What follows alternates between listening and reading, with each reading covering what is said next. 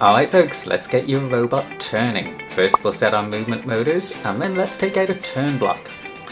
Turn block has two numbers to adjust. First number on the left hand side is going to be the direction you turn and the sharpness of your turn, and the second number is the distance your wheels travel, and you can always control this using rotations, degrees or seconds. Now if I set my direction to 0, my robot should move in a straight line. Yeah, like that. If I set it to maximum, your robot will turn on the spot, like this. And you can change it to a negative number for your robot to turn in the opposite direction. Now you can adjust where your robot will end up facing by changing the amount that your wheels rotate. And there we have a 90-degree turn.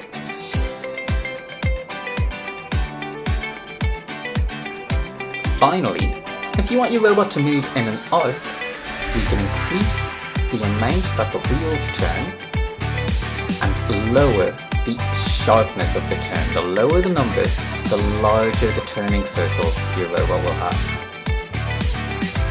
And that will be everything you need to get your robot turning. Have fun, teams!